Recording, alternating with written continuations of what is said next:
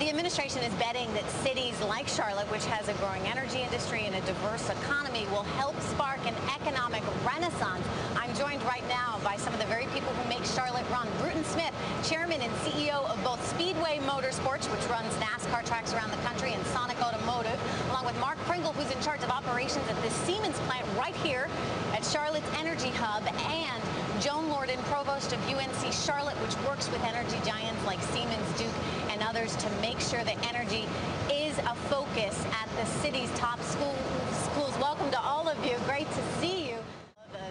Going back to one's economic roots, manufacturing, which has always had a place in Charlotte's history, back to textile manufacturers, and sort of the new economy being energy. I mean, is this sort of the combination or the fusion of the two that you foresee really having a future?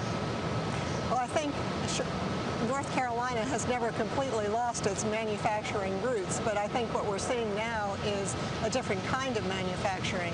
We're looking at advanced manufacturing and moving away from some of the older industries like textiles and furniture into things that are much more technologically driven.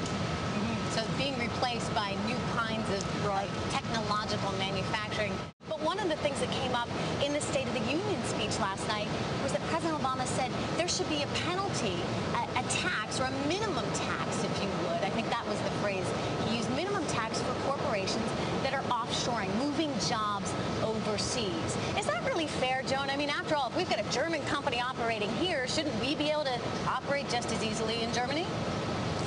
Well, I think what we've done in Charlotte is to create an environment that is really attractive to international companies. So I think, you know, as long as we can bring the jobs in, I think we'll be doing fine. And you don't worry about tit for tat. You don't worry that the Germans will say, oh, wait a second, you know, since you're going to tax American companies overseas, maybe we won't operate that plant back in Charlotte, North Carolina. I really don't believe that's the way it works. I think every company is trying to see how can I be competitive in each market. And as Siemens has learned, if they want to be a player in the U.S. market, they got to be in that market. And that's really what's going to drive it much more, I think, than taxes.